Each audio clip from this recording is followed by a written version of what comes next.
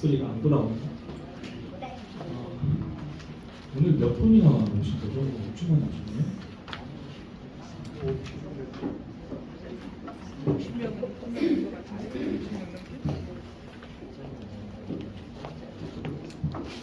시작해도 되겠습니까? 네. 시작하겠습니다. 안녕하십니까. 영등포 재개발 재건축 상담센터 센터장 박준규 행정사입니다. 오늘 그 영등포구 찾아가는 주민 설명으로 사전에 오늘은 어떤 강의를 하는 건 아니고요. 기존에 받았던 질문사항을 해서 일단 저희 재건축 쪽에 보내셔서 일단 간단하게 센터 소개해드리고 재건축에 대한 재개발 재건축에 대한 개념 정도 간략하게 설명드리고 그 다음에 메인으로 물어보셨던 질문에 대해서 저희가 먼저 사전에 내용을 듣고 그 다음에 추가적인 질문을 받도록 하겠습니다. 네, 바로 시작하겠습니다. 혹시 중간중간에 제가 설명 드릴 때 궁금한 거 있으시면 자연스럽게 손들고 질문하셔도 됩니다. 우선은 그 영등포 재개발 재건축 센터 업무를 소개해드리도록 하겠습니다.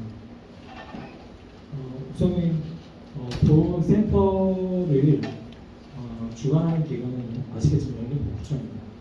그리고 이 센터를 위탁받은 기관은 행정사법인 민행20입니다. 처음에는 행정사가 왜 갑자기 구청 나타날지 고민이 되고 궁금하셨을 텐데 그거 뒤에 좀 설명드리겠습니다. 센터 업무 좀 간단히 소개드리겠습니다. 일단은 영등포구에서 운영하는 센터는 재개발 재건축 국내 최초입니다. 그래서 구청장님께서 특별히 굉장히 관심이 많으신 것 같아요. 영등포구 재개발 재건축을 위해서.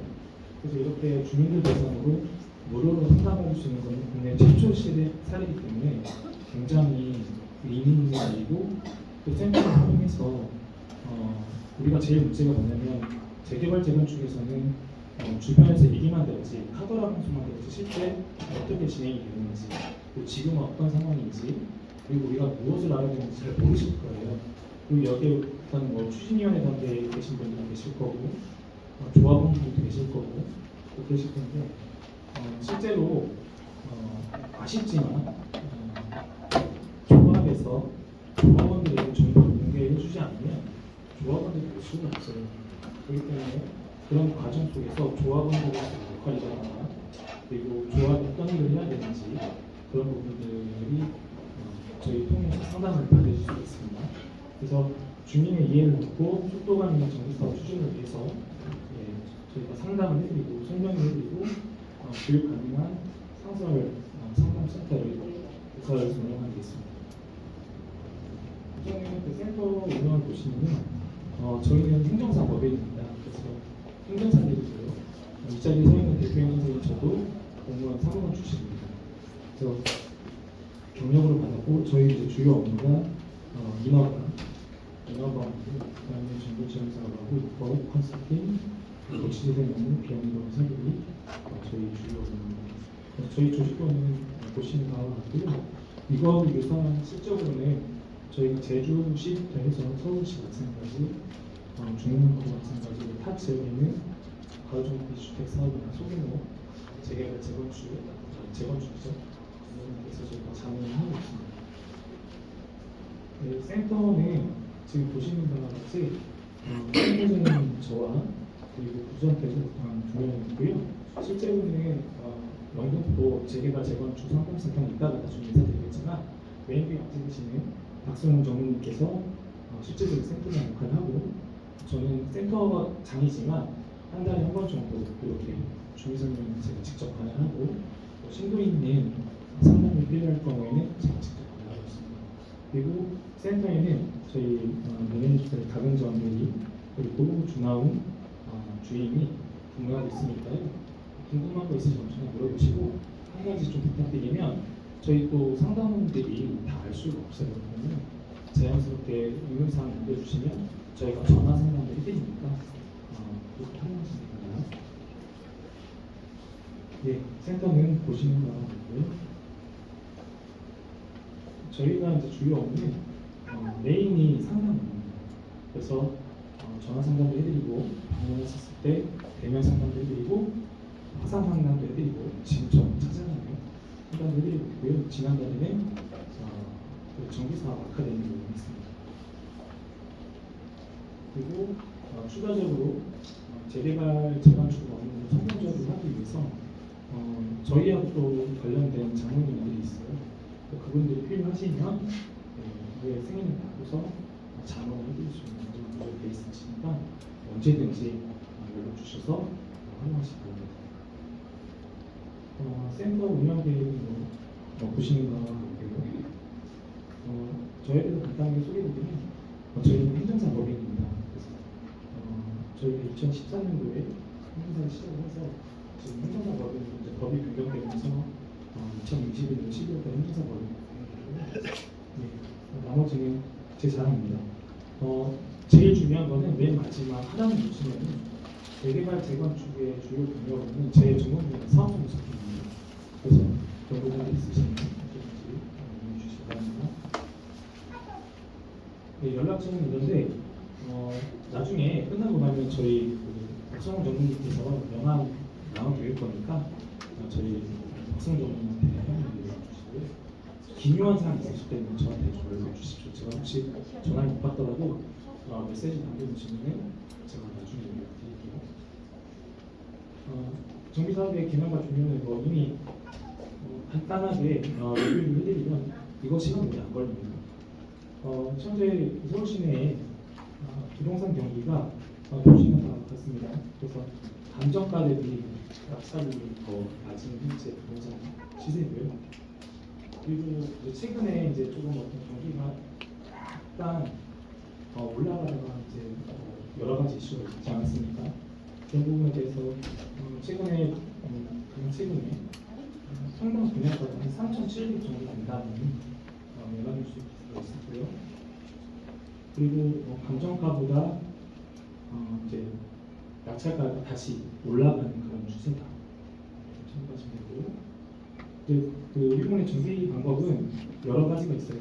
단독주택부터 다가구, 다세대 연립, 아파트가 있는데 여기에서 이제 자유주택 정비 사업이라든가 가로주택 소규모 재개발 재건축을 지금 다 있습니다. 서울시 정비 사업의 어떤 개념과 정리를 좀 간단하게 설명드리면 어렵게 설명 안 드릴게요. 어렵게 설명 안 드리니까 이번에 오셨을 때 재개발 재건축 그리고 가로주택 역세권 개발 사업이 어디에 되는지 쉽게 좀 인식하시라고 정리해놓은 거니까 일단은 정비 사업은 평지 그리고 낡은 주택 그리고 좁은 도로 등을 새 집으로 바꿔주는 거예요. 근데 대부분의 새 집이 어떻게 되죠? 공동주택이죠. 아파트로 많이 바꿔주고 있어요. 그게 여러분들이 알고 계신 내용들이고요. 그리고 이제 정비 사업에 대해서 간단하게 좀 설명드리면 그 도정법이 그 도시 및 주거환경 정비법이 2003년도에 제정됐었는데 그때 당시에는 주택 뺄게요. 재개발, 주거환경 개선, 재건축, 도시환경 정비 사업이었어요. 그런데 실제로 이게 이제 주거환경 개선하고 그다음에 도시 환경 정비도 마찬가지 큰 이제 의미가 없죠. 2012년도에 오면서 여기에 하나가 더 추가가 돼요. 환경 개선하고 관리 그리고 가로주택 정비 사업이 되는데 결과론적으로는 이 환경 관리 사업이나 가로주택 정비 사업이 활성화가 되지가 않으면서 2018년도에 거의 또 바뀌어요. 그래서 그때 바뀐 게 재개발, 주거환경 개선, 재건축, 가로주택 정비 사업 이렇게 했는데 가로주택 정비 사업은 특별법이에요. 그래서 가로주택 정비 사업은 보통 이제 빈집법 이렇게 표현하시면 되는 거고 여기서 이제 2025년도 변경되면서 또 줄였어요. 재개발, 주거환경 개선, 재건축인데 주거환경 개선이라는 표현보다도 우리 주민분들은 국민분들은 재개발과 재건축 사업 아니면 빈집법 이렇게 생각하시고 법을 생각하시면 돼요. 정비 사업의 좀 종류를 보면 아까 말씀드린 것처럼 주거환경 개선이잖아요. 그래서 여기서 용어 법이 쭉 나와 있는데 어렵게 보지 마시고 여기 핵심 단어만 보시면 돼요. 정비기반 시설이 그렇게 열악한 지역에 대해서 그리고 단독주택과 다세대 주택이 밀집한 지역에 대해서 주거환경을 보존 정비 개량한다. 그러니까 예를 들어서 쉽게 보면 이렇게 말씀드릴게요.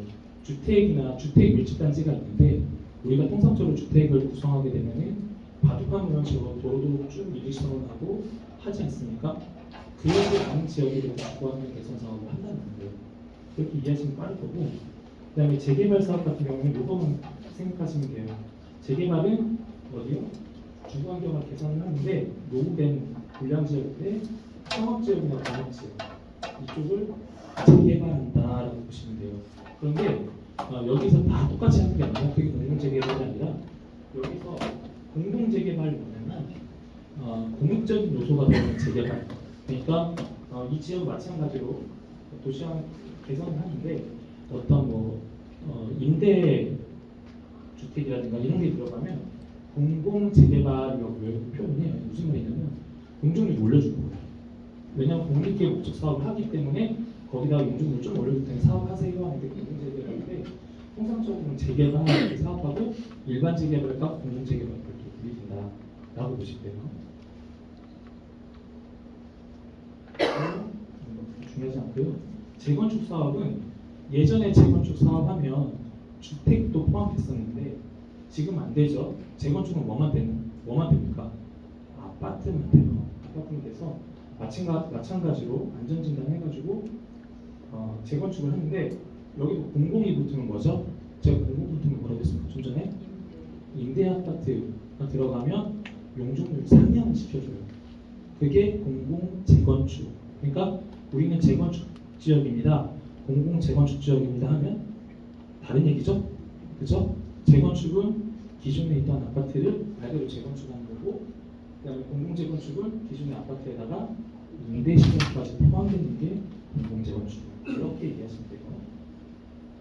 자, 그래서 여기 이제 또 법이 개정되면서 주거환경 개선 사업도 쭉 나와 있는데 결국 이거를 하나로 이제 묶어놓은 거라고 보시면 됩니다. 그래서 주거환경 개선 사업은 기존의 주거환경 개선 사업과 관리 사업을 묶어서 주거환경 개선 사업으로 표현한 거고요. 그리고 여기서 보면은 쉽게 보면 이거예요. 달동네 또는 철거민이 주거지를 개발하는 경우 이런 데가 주거환경 개선 지역인데 이제 1항은 공동주택을 건설하는 경우가 있어요. 보통 누가 하죠? LH가 많이 해요. 그런 부분들이 대부분 주거환경 개선 사업이고, 그리고 또는 현지 개량, 그러니까 주택 소유자들이 그냥 직접 개량할 수 있게만 해줘요. 대신에 일부 여분의 부지는 SOC 시설, 공공시설을 하는 게 주거환경 개선 사업이다라고 생각하시면 돼요. 그래서 여러분들이 머릿속에 넣을 때 주거환경 개선 사업은 달동네나 어떤 그 철거민들이 있는 지역을 아파트로 개발한다든지 아니면은 주택은 자기가 직접 개량을 하고 일정 지역은 공동시설로 활용한다라고 생각하시면 돼요. 그리고 단독주택이나 다세대 주택은 또 그대로 보존을 시킬 수도 있거든요. 그래서 아파트 건설민들은 저층 다 아파트만 지면 주택단지가 없어지잖아요. 그래서 그럴 경우에도 주거환경 개선 사업을 할 수 있다. 그래서 주거환경 시설에 공공시설이다라고 했을 때는 도로, 전신주, CCTV가 있는 지역 이런 데에다 공공시설 하는 게 주거환경 개선 사업이다라고 이해하시면 돼요. 내용 다 읽으실 필요 없습니다. 자, 재개발 아까 뭐라고 했죠? 어느 지역? 동업지역이나 상업지역이다. 그죠? 근데 재개발도 두 종류가 있다고 했어요. 재개발과 공공재개발. 차이가 뭐라고요? 임대 시설이 들어가면 공공재개발. 그래서 용적률을 상향시켜줍니다. 그렇게 이해하시면 되는 거예요. 그래서 이거는 기존의 주택 재개발 사업하고 도시환경 정비 사업을 합쳐놓은 거를 재개발 사업이라고 하시면 돼요. 그래서 여기서 결과적으로 뭐냐면 노후된 단독주택을 이해하시면 돼요. 노후된 단독주택. 자, 그러면 재개발과 재건축은 또 어떻게 구분이 되죠? 주택이면 재개발, 주택이면 재개발, 아파트면 재건축. 그런데 목자들 이러시죠? 뭔 소리야? 예전에 단독주택 했어. 그거는 옛날 얘기. 이렇게 이해하시면 돼요. 그렇게 해서 그 공동주택을 진단을 보시면 되는 거고요. 그리고 주택단지가 아니라 상가나 사무실 건물들이 밀집한 지역도 어떻게 해요? 이게 무슨 지역? 상업지역이나 공업지역도 재개발 이렇게 하는 거죠. 어렵습니까? 안 어렵죠? 워낙 많이 공부하셨을 거예요. 자, 이제 재건축입니다. 재건축 뭐라고요? 주택? 네. 그러면 다 이해하셨어요. 다만 여기에 보면 소규모 단독주택 지역은 어떻게 해요? 소규모 정비나 가로주택 정비로 특별법을 제정했다라고 생각하시면 돼요. 그러니까 규모가 크지 않은 지역은 소규모 정비구역 이렇게 하는 거죠. 근데 소규모 정비구역은 소규모 정비 사업을 할 수 있나요? 아니에요. 소규모 정비구역도 블럭 묶어서 가로주택으로도 할 수도 있어요. 거기에다가 아파트 칠 수 있습니다. 자, 그래서 정리를 하면 자 어떻게 한다고요? 기존의 주거환경 개선 사업과 관리 사업을 주거환경 개선 사업이라고 한 거죠. 그래서 쉽게 말하면 좀 표현이 그렇지만 주거환경 개선 사업의 지역이 어느 지역? 달동네나 아니면 주택을 잘 지어놨어도 삐뚤빼뚤한 곳. 그죠? 예를 들어 퀴즈 하나 낼게요. 주택단지를 최근에 조성을 했어요. 근데 바둑판식 모양이 아니라 난리피가 졌어요. 그거는 주거환경 개선 사업이 될까요? 됩니다. 이해 가시죠? 근데 새로 주택단지를 조성했어요. 근데 바둑판식으로 잘 정비해놨어요. 그러면 주거환경 개선 사업 할 수 있나요? 안 돼요. 그때 뭘 해야 돼요? 뭘 해야 돼? 재개발. 이력 조심. 그렇게 이해하시면 돼요. 그래서 노후불량 건축 밀집 지역을 재개발이나 상공업 지역을 재개발할 수 있다. 근데 재개발도 두 종류. 하나는 일반 재개발이고, 그다음에 공공 재개발은 뭐가 들어간다? 임대 아파트가 들어간다. 임대 시설이 들어간다. 이해가시죠? 네. 자, 두 번째. 그다음에 주택 재건축이 있고 가로주택법이 있는데 이거는 빌지법이라고 보시면 되고 재건축은 어떻게 해요? 공동주택, 아파트만 됐다. 근데 예전에는 어떻게 해요? 주택도 했었다. 근데 지금은 안 된다. 이렇게 이해하시면 됩니다. 쉽죠? 네, 됐습니다. 자, 그러면 정비사업 종류를 주민 마음대로 정할 수 있을까요? 없을까요? 있어요? 없어요? 있어요? 안 되죠. 그죠? 아파트를 재개발하겠다고 됩니까? 쉽게 설명하면 아파트 재개발하면 돼요? 안 되죠.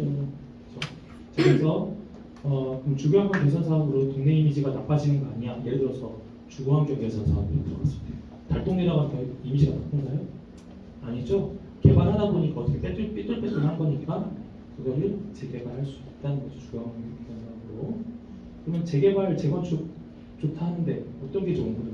되는 거예요? 안 되죠.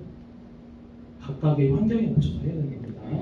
그래서 각 사업별로 정비 계획에 입안되는 지역으로 정리를 하고 있기 때문에 이거는 여기서 한 가지 설명을 드리면 국민들이 자꾸 헷갈려하시는 부분들이 있어요.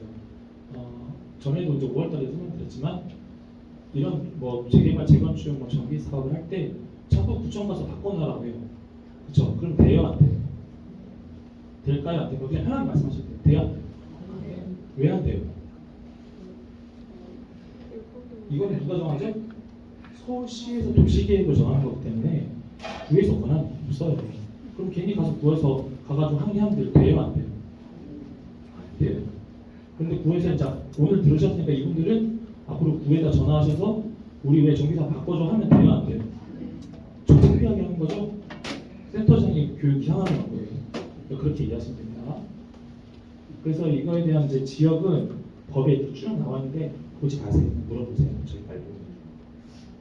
그리고 정비 사업에 종류가 있는데 이제 도시정비법 좀 전에 말씀드렸죠. 재개발, 주거환경 개선 사업, 재건축이 있고, 자 이제 흔히 말해서 이제 빈집법이 있는데 빈집법은 뭐죠?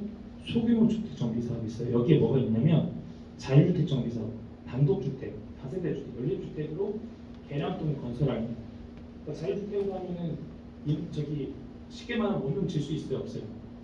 허그자금 질 수 있는 거예요. 그거는 무슨 법? 빈집법에 들어간다. 이해가시죠? 법이 다르니까 당연히 법에 다른 거에 맞춰서 움직여야 되는 거예요. 그리고 가로주택 정비 사업은 어떻게 돼요? 종전에 가로가 뭐죠? 가로? 이거 보면 가로구역에서 종전에 가로를 유지하면서 가로가 뭐예요? 가로. 도로고 엄청 어렵게 써놨어요. 도로예요.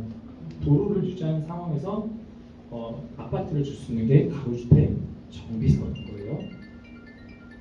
자, 그리고 빈집법에 보시면 여기 또 공공이 붙었네. 공공이 뭐라고요? 임대. 임대. 우리가 흔히 말해서 행복주택 들어보셨죠? 네. 행복주택이 뭐예요? 임대. 누가 하는 거예요? 행복주택. 그렇죠.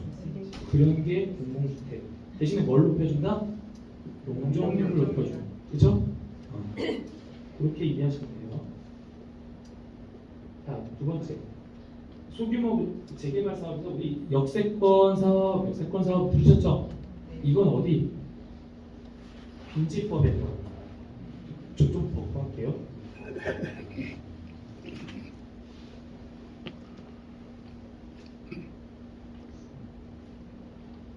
역세권 중공업 지역에서 소규모 재개발을 하는 거니까. 근데 여기 보면 이게 있는데도 지역주택조합, 지주택조합 들어보셨죠? 혹시 여기 지주택조합에 오신 분? 아무도 안 계세요? 다행이다. 그러면은 제가 마음대로 떠들어도 되는 건가요? 예. 지역주택조합은 무슨 법이에요? 주택법이죠. 이건 뭐예요? 제가 일부러 써놨어요. 조합원 필요에 의해 스스로 시행하는 사업이죠. 조합원이 필요에 의해 스스로 하는 사업이죠. 자, 그럼 여기서 하는 조합원은 뭘까요? 일단은 토지주, 소유주, 또 건물주가 토지주, 소유주 이렇게 보시면 되고 또 누가 들어와요? 조합원이 내부 조합원이 있고 외부 조합원이 있네. 자, 도정법, 빈집법 이 두 개는 조합원이 누구예요? 토지주, 소유주 맞죠? 그죠?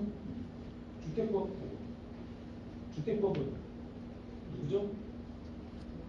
내부 조합원이 토지주, 건물주, 소유가 아니고 외부 조합원. 쉽게 말하면 우리 부동산 공인중개사분들이 많이 말씀하시죠? 재개발 재건축에 투자하세요 해가지고 하는데, 그죠? 거기가 대부분 어디? 지주택조합. 여기는 어떻게 들어가요? 돈 내고 들어가죠? 그죠? 약간 비약 부분이 있어도 그게 더 빨라요. 주택조합이기 때문에 지주택조합은 누가? 조합원이 필요해서 하네? 근데 지역주택조합을 구성을 했어요. 근데 그 안에 가로정비사업, 역세권 발전사업, 그 다음에 재개발, 재건축 할 수 있어요? 없어요? 안 된다고요? 왜 안 돼요? 주택이 먼저 설립이 됐으면 그게 안 되는 거 아니에요? 조합이 먼저 설립이 되면 여기서 지금 잘 말씀하셨는데 조합이 설립이 되면서 인가가 떨어지면 안 되지만 인가지면 돼요, 안 돼요? 왜 싸워요? 동의가 진구하면서 왜 니네 우리 지주택 조합 하려고 하는데 역세권 발전 사업에 이러면 돼요, 안 돼요? 안 돼요. 조합이 먼저 설립되면은 못 막아요. 이해 가시죠? 그러니까 나중에 분쟁이 터지는 거죠. 근데 조합이 먼저 설립되면 답이 없죠. 그렇게 이해하시면 돼요. 이해 가셨죠? 이게 정비 사업입니다. 질문 있으신가요? 지난주에 2시간 했던 거 그냥 30분 만에 한 20분 만에 끝났습니다. 이해 가셔요? 그러니까 내 지역이 지주택인데 가로주택 한다고 막을 수 없고 재건축 한다고 막을 수 없는 거죠. 그렇죠? 그래서 여기 보시면은 정비사업 좀 정리를 하면은 재개발, 주거환경개선사업, 재건축은 도정법이고 빈집법은 자유주택, 가로정비, 주택정비, 소규모 재개발, 재건축이 있는 거고 그 다음에 여기 보면 주택법은 지역주택, 예전에 직장이나 리모델링 있었는데 요즘은 거의 없고 지역주택법이 영역화를 하나요. 이해 가셨죠? 네, 됐습니다. 이상입니다. 해볼까요? 혹시 이거 인터넷 연결돼 있는? 질문 하나 있습니다. 네, 맞습니다. 그 앞에 그 여러 개의 내용은 주셨는데 네. 그 한양 아파트는 정확하게 어디에 해당되는지 설명해 주셨으면 좋겠습니다. 하나 좋고요. 네. 좀 하나 아파트 거 시트장 확인 좀 해주세요. 확인되면 뒤에 말씀드릴게요. 네. 당산 한양인가요? 네. 요 앞에 있는 거요. 네. 네. 당산 한양 찾아주세요. 인터넷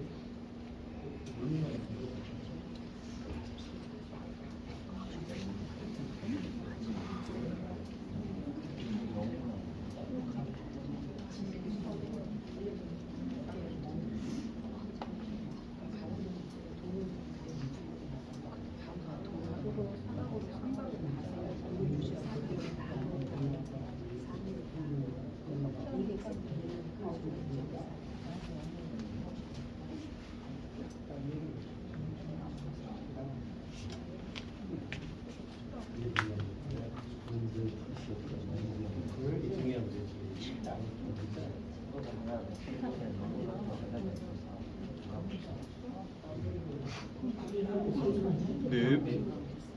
계속하겠습니다. 혹시 최근에 재개발 재건축할 때 시공사 선정이 안 돼서 시공사 모시기 한다 기사 보셨습니까? 네. 네. 사업성이 안 사업성 없어서. 여러분들 그거 고민하고 계신 거죠, 그죠? 사업성이 없어서 할 수가 없어요. 왜 그럴까요? 이제 코로나 터지면서 우크라이나 전쟁 터지고 혹시 뭐 정당에 가입되신 분들 죄송하지만 강원도 김진태 지사발 사태 때문에 인건비가 2배가 올라갑니다. 자재값이 2.5배에서 3배가 올라가고 이자가 몇 배 올랐습니까? 몇 배 올랐습니까? 거의 3배 올랐습니다. 그러니까 공사비가 올라가죠. 그러면 공사비가 올라간다는 얘기는 다시 말해서 무슨 말이죠? 수익성이 없다는 거죠. 타단이 안 맞아. 분양가가 올라가죠. 수익성이 분양가가 올라가면 무슨 얘기죠? 분담금 부분 높아지고 그리고 조합원만 그 아파트에 들어가나요? 외부 분양이었죠. 그러면 그 사람들이 지금 기준으로 하면 10억에 살 거 아니 표현한 거습니다 20억에 살 거 지금 25억을 줘야지 하나요. 그죠? 그렇게 되면 분양이 안 되니까 어떻게 돼요? 수익성이 없는 거예요. 그래서 이제는 예전에는 그 시공사들이 이런 그 조합이 구성되거나 추진위원회나 준비위원회가 구성이 되면은 영업을 하러 돌아다녔었어요. 근데 지금은 어떻게 해요? 그게 어려운 상황이고 그렇기 때문에 준비위원회나 추진위원회 조합을 인가났을 때 임원들이 굉장히 발벗고 나서야 돼요. 그리고 사전에 수익성 분석을 해봐야 돼요. 안 해보고 하면 분담금만 높아서 분양도 안 되고 쫓겨날 수도 있어요. 아시죠? 그래서 그런 부분들이 여러분 고민을 해야 되는데 시장을 보시면 지금 그 서울에 초고층 재건축 추진 단지마다 좀 여러 가지가 있는데 그 한강에서는 환급을 받는다고요. 왜 그럴까요? 저층에서 많이 입지가 좋아서 저층에서 고층 올라가니까. 고층을 올라가니까 뭐가 좋아요? 그렇죠. 입지도 그 기반의 입지가 좋으니까 고층으로 올라가니까 세대수가 많아지니까 일반 분양이 많이 되는 거 아니에요? 그죠? 그러니까 여기는 받을 수 있다. 근데 우리는 다 받을 수 있을까 없을까? 대부분의 재개발 재건축이 지금 현재는 있어요, 없어요? 없어요. 미리 말씀드릴게요. 평균은 없습니다. 환급 못 받아요. 그런데 예전에 재개발 재건축을 맛을 본 분들은 뭐라고 해요? 원 플러스 원이야. 왜 원 플러스 원 안 줘? 이러죠? 정말 초청분 애들. 제가 자문하면서 분담금 안 된 애를 못 봤어요. 다 냅니다. 분담금 다 냅니다. 이해 가시죠? 그런데 여기서 한 가지 제가 설득을 하고자 하면 그러면 하지 말아야 되나? 아니죠? 자, 이제 이렇게 보시면 돼요. 예전에는 1대1 냈으니까 상관없는데 지금은 부담금이 된다고 하더라도 예를 들어 이렇게 보시면 돼요. 우리가 2, 3년 안에 부동산 다시 상승성 타고 올라갈 거예요. 올라가는데 2, 3년 안에 5억을 내가 그냥 볼 수 있을까요? 2, 3년 안에 5억 손에 쥘 수 있어요? 없죠. 재개발 재건축에서 아파트가 갔을 때 2, 3년 뒤에 부동산 가액이 올라가기 때문에 분담금을 낸다고 하더라도 그걸 퉁 친다고 하더라도 5억이라면 2억쯤 놔두면 3억 손에 쥐는 거예요. 2, 3년. 그렇게 이해하시면 돼요. 이해가시죠? 그래야지 얘기가 되는 거예요. 근데 예전에 이제 어르신분들 당연히 그럴 수 있어요. 나 원플러스 원하는데 지금 무슨 말이야 사업소 없네. 그거는 진짜 이상한 얘기라서 그렇게 생각하시면 안 되고 2, 3년 뒤에 부동산 가격이 올라갔을 때 그 금액을 내가 2, 3년에 벌 수 있는가? 물론 벌 수 있는 분들 벌 수 있겠죠. 근데 그렇지 않으면 대부분 내가 2, 3년 안에 단기간에 비용을 번다라고 생각하고 추진하시는 게 합당합니다. 그래서 지금 뭐 재개발 재건축 시장 현황을 보면 부동산원에서 2023년도에 다 가봐야겠지만 재건축 재개발 아파트 청약 경쟁률이 굉장히 높아요. 왜 그럴까요? 왜 그래요? 분양하면 기본적으로 조합원들이 있으면 들어가잖아요. 그럼 분양 아파트 확률이 더 높죠? 그죠? 그렇기 때문에 상황이고 그 다음에 그 재개발 재건축 사업의 시장 현황 보시면 2022년도에 여기 보시면은 주택 사업의 비율가 쭉 나와 있는데 적극적으로 시공사가 나오지 않고 있습니다. 얼마 전에 대구에서도 들어오겠죠? 400억 날렸죠? 왜? 수익이 안 나오고 차라리 수익 안 나오고 400억 잃어버리는 게 낫다는 생각이에요. 그리고 재개발 재건축 시장 현황을 보시면은 보시는 바와 같이 10대 건설사 민영아파트 분양의 실적이 쭉 나와 있는데 어쨌든 현재는 좀 어렵지만 지금 제가 이 시장 상황을 보여드리는 건 하지 말라는 얘기일까요? 풀리고 있으니까 어차피 우리가 지금 여러분들 재개발 재건축 한다고 하더라도 조합이 설립 안 된 상태에서 여러분은 몇 년도부터 착공이 될까요? 조합이 설립이 안 된 상태에서 평균 8, 9년 걸려요. 그죠? 예. 그러니까 나중에 문제이기 때문에 이런 걸 좀 고려해서 하셔야 되는데 지금은 좀 어렵다. 그런 상황을 좀 보여드리는 거고. 그리고 여기 뭐 이거는 뭐 큰 의미는 없을 것 같고요. 네. 요즘은 질문사에 있어서 조합이 지고 신탁이 뜬다. 그 신탁이 그렇게 기회일까요? 그건 여러분들이 판단하셔야죠. 뒤에 설명드릴 테니까. 자, 그러면 재건축 사업의 절차를 볼게요. 재건축 사업을 보시면은 여기 정비계획 기본계획부터 수립이 되는 거죠. 그죠? 그 다음에 정비구역이 지정이 되고 추진위원회가 승인이 되면 쭉 타고 올라가는 거예요. 그러니까 지금 이게 다 수익인데 결과적으로 나중에 뭐 이주하고 뭐 착공하고 분양하는 시점이 되면은 재개발보다는 재건축의 어떤 수익 시장이 훨씬 현실적으로 낮긴 하죠. 네, 어쨌든 뭐 중요한 거는 그게 중요한 게 아니라 어쨌든 바뀔 수도 있습니다.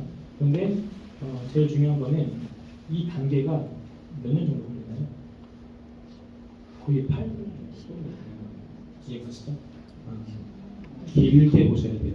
왜 당장 안 돼? 뭐 준비위원회 생겼다며 추진이 됐다며 왜 안 돼? 그런 거는 아니에요. 이제부터 시작이에요. 그래서 뭐 절차는 내용 보지 마세요. 그냥 이런 게 있다라고 보시면 되는 거니까 기본 계획이 수립되고 안전진단 실시한 데 있으시죠? 안전진단 실시하시고 여기 안전진단 실시하시고 안 하셨나요? 하고 있습니다. 하고 계시죠?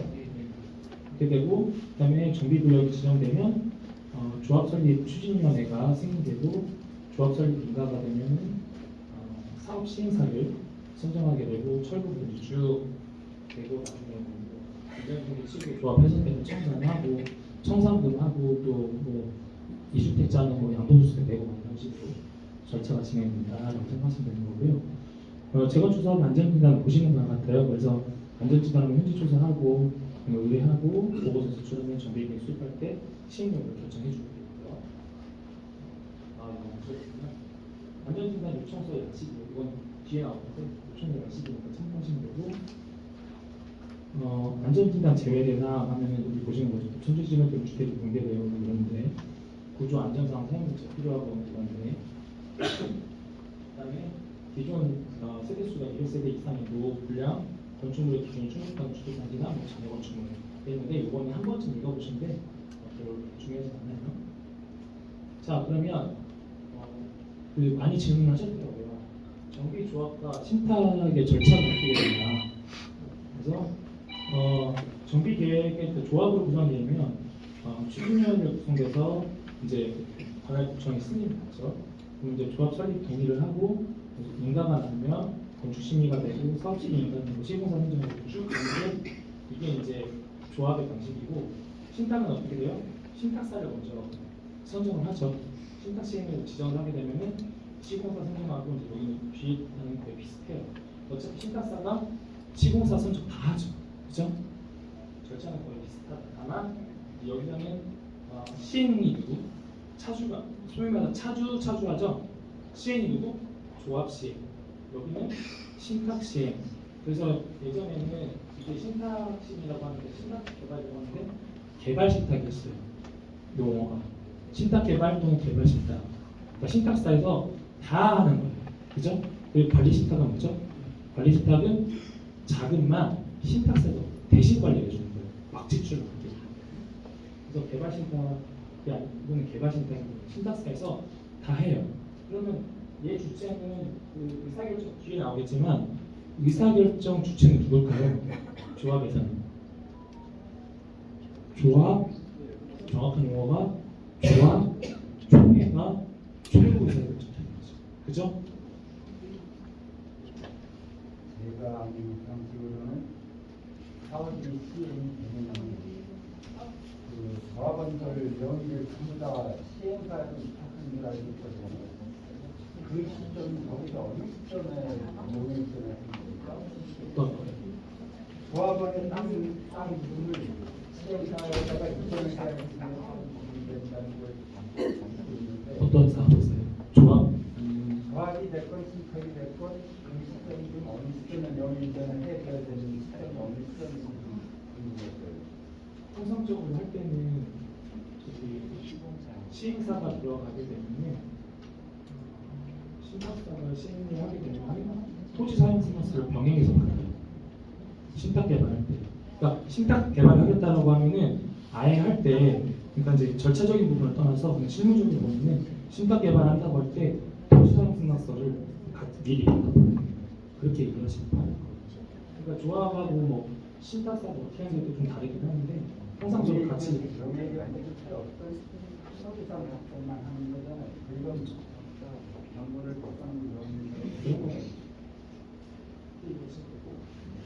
여기 보시면 의사결정 기구는 좀 전에 그때도 전화를 받았는데 이거예요. 신탁 방식으로 하는데 예를 들어 상가도 신탁 개발을 할 수 있거든요. 상가도 신탁 개발을 하는데 이제 그 보통 상가 같은 경우에는 각각의 위치가 굉장히 중요하잖아요. 그죠? 1층, 2층, 3층, 그리고 도로변이냐, 각지냐, 뭐 출입구에 따라서 그러면 이제 제자리로 개발하게 되는데 근데 이제 뭐 여러 가지 뭐 이슈가 있어서 그림이 좀 잘못 써졌는데 여기서는 의사결정기구 전체 회의가 통과가 됐어요. 그러면 어떻게 돼요? 분쟁이 터지는 거죠. 전체 회의를 통해서 근데 전체 회의가 통한 상태에서 진행이 되면은 방법이 없는 거예요. 그래서 이제 비대위로 되는데 똑같아요.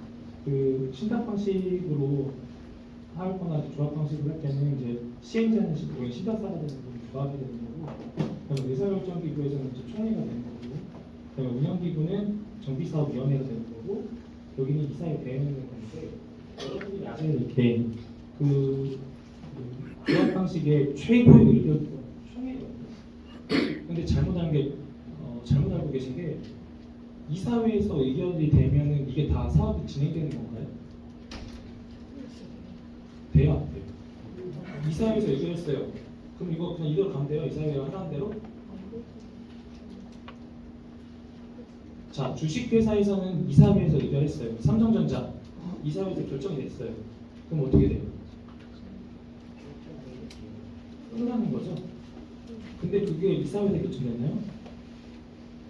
아니 그대로 보셔도 똑같아요. 주주총회인 거죠. 자 그러면 조합 방식에서 여기서는 최고 의사결정이 어떻게 해요? 총회.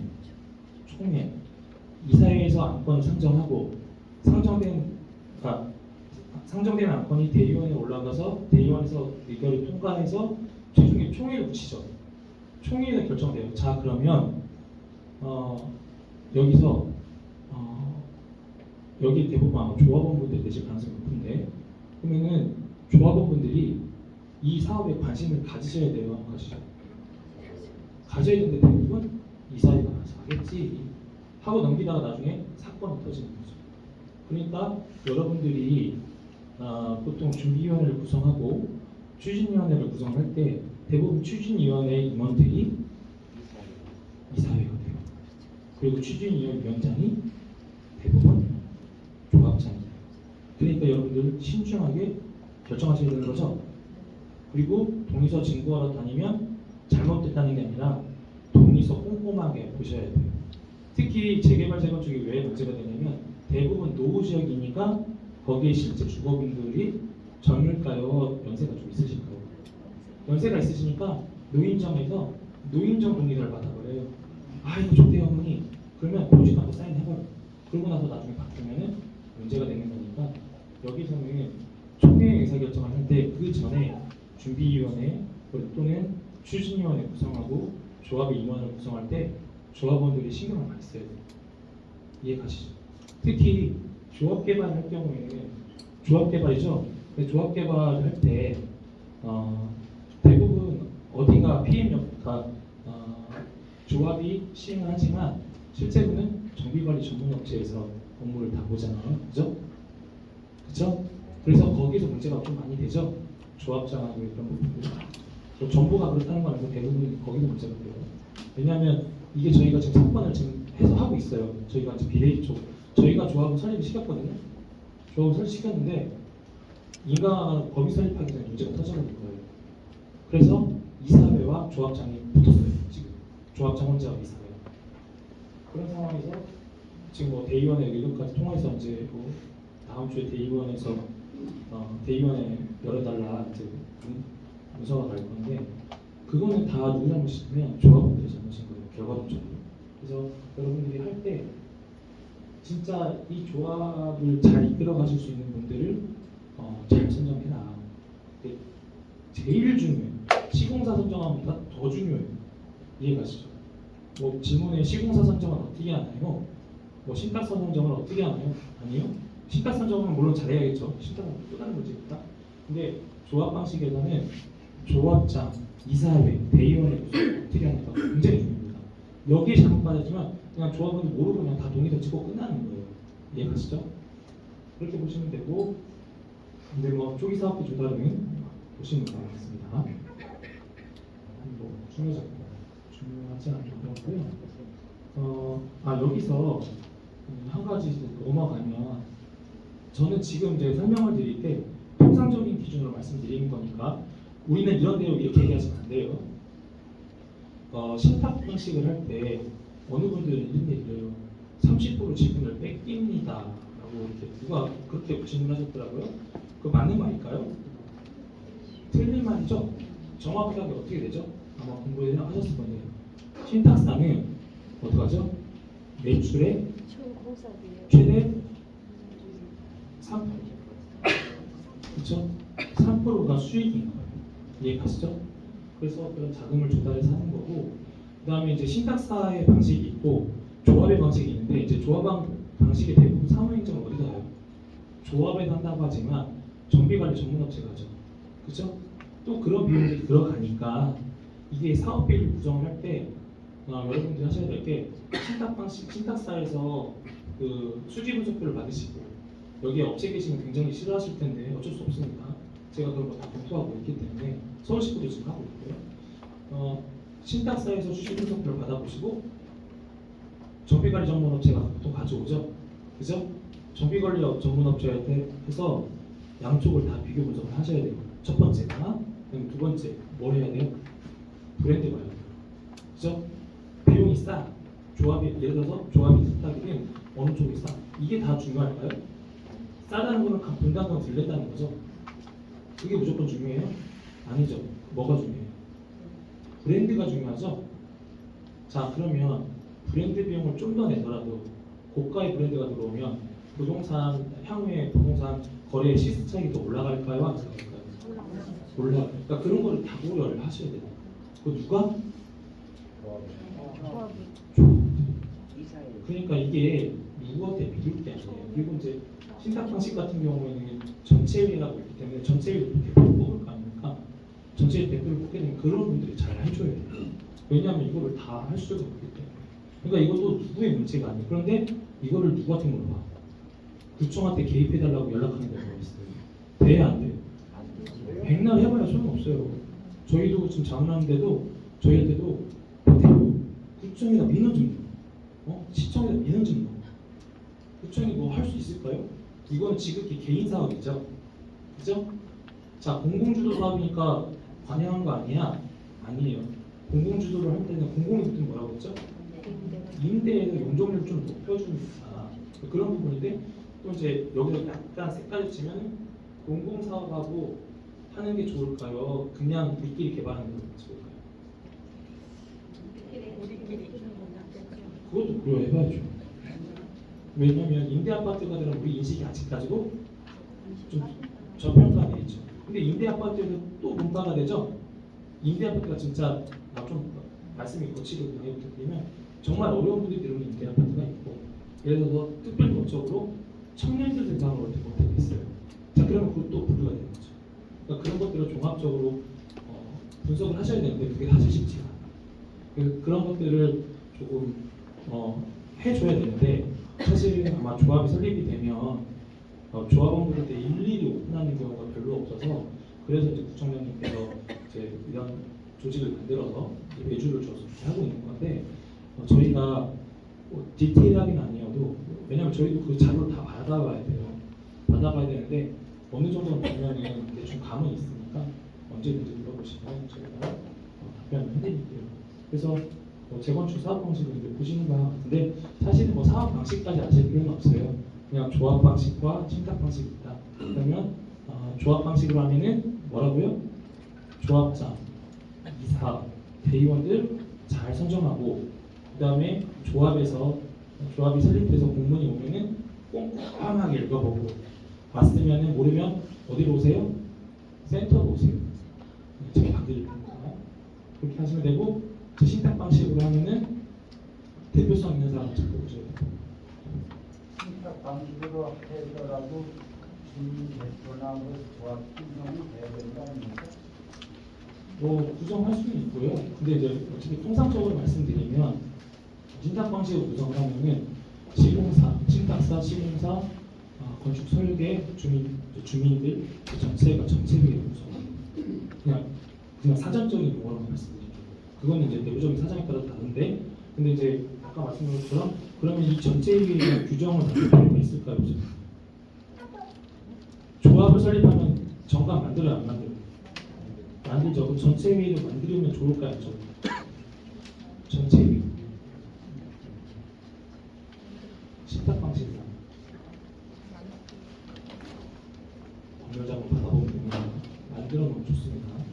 왜냐하면 운영되는 방식에 대해서 어쨌든 이걸 지키지는 않든 조합 방식은 정관에 의해서 움직이는 거잖아요. 그죠? 그러니까 정관을 행정의 그 절차상에서는 절차법을 위반하면 무조건 져요. 무슨 말씀인지 아시죠? 절차를 위반하면 조합에서는 특히 모든 뒤에 조합이 붙으면 정관을 위반한 절차적 하자가 있으면 무조건 지게 돼 있습니다. 그런데 이런 전체회의에 대한 기준이 없으면 어떻게 돼요? 다수결 동의 원칙에 의해서 넘어가요. 그러니까 그런 부분도 고려하셔야 됩니다. 그러니까 지금 말씀드리는 게 세세하게 다 사업이 제각각이기 때문에 어느 하나를 특정지지 못하니까 그런 것들은 이제 나중에 저희 센터 활용하실 때 그렇게 이해하시고 전화하시면 좋겠습니다. 그래서 그 재건축 사업의 이제 소요 기간들도 그냥 평균이니까 이게 맞다라고 보시면 되고 이 정도 걸리니까 시급적으로 여유를 갈 때 어떻게 하라고? 진행되는 데 관심을 가져라. 아시죠? 그래서 재건축 재개발 하게 되면은 그 정비구역 지정부터 준공 처리하는 데까지 한 평균 8.7년, 그리고 재건축 평균적으로 9.7년. 이건 제가 쓴 게 아니라 지금 그 아까 감사합니다 뒤부터는 다 저도 여러분의 눈높이에서 기사 검색 다 해가지고 왔거든요. 평균적으로 그 자료를 놓은 거니까 제 개인적인 의견이 아니고 실제적인 통계들이 있습니다. 그래서 재개발 재건축 사업 단계별로 8.7년이고 재건축은 9.7년 이렇게 됩니다. 알아보시면 되고요. 그리고 저희가 이제 보통 가로주택 정비 사업을 할 때 이렇게 표를 줘요. 표를 주니까 이것도 보세요. 조합 설립까지 30주 걸리죠? 네. 근데 저희가 가장 최근에 설립한 조합이 2년 걸렸어요. 2년 걸렸어요.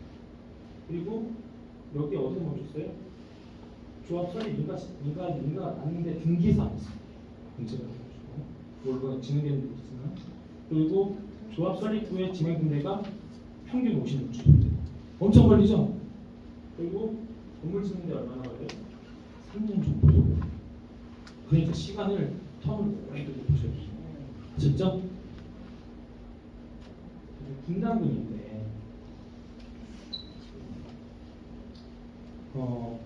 지금 이제 분담금 같은 경우에는 통상적으로 이렇게 이해하시는 게 빨라요. 우리 이제 감정평가 다 하잖아요. 그죠? 감정평가도 관심 가지셔야 되는 거죠. 감정평가를 하고, 그 다음에 이제 조합원 분양가가 있고, 그 다음에 분양가에서 차액이 생기잖아요. 그게 쉽게 말하면 분담금이에요. 그런데 이제 통상적으로 그냥 계산할 때 그냥 이렇게 설명을 드려요. 그냥 일반 분양가 뜨잖아요. 쉽게 말하면 자, 분양가가 20억이다. 20억이다. 근데 내가 감정평가 받았더니 15억이다. 그러면 분양가는 분담금은 얼마? 5억. 뭐 이렇게 되는 거예요. 그런데 이 감정평가를 여기서 좀 여기 다 조합원 되신 분들과 참고하셔야 될 게, 청산하겠다고 하는 상황에서 감정평가를 할 수 있어요, 없어요? 청산금 지급하는 시점에서 감정평가 할 수 있을까요, 없을까요? 없어요? 없죠. 그러면 청산금을 낮춰버릴 수가 있죠. 그렇죠? 그 사건이 지금 있어요, 용도판에. 그래서 지금 그거에 대해서 대응을 해드리고는 있는데 그건 어떻게 될지 모르겠어요. 근데 의결을 통해서 간 거기 때문에 그게 어떻게 그러니까 여러분들의 역할이 되게 중요해요. 아셨죠? 그렇게 되시면 됩니다. 이거는 뭐 최근에 기사도 저희가 찾아서 갖고 온 건데, 뭐 조합원 분양가 이만큼 되는데 뭐 시행전 금액, 조합 설립점, 시행전, 상속률 고려해서 뭐 분양이 이렇게 올라간다, 평수 분양한다 하고, 분담금은 그냥 간단하게 생각하세요. 그냥 분양가에 감정가액을 뺀 나머지 금액이다라고 생각하시고, 뭐 이 주택자분들은 나중에 이제 청산금 고려해서 양도수 된다. 양도수도 비율 있잖아요. 그거에 맞춰서 준비하시면 됩니다.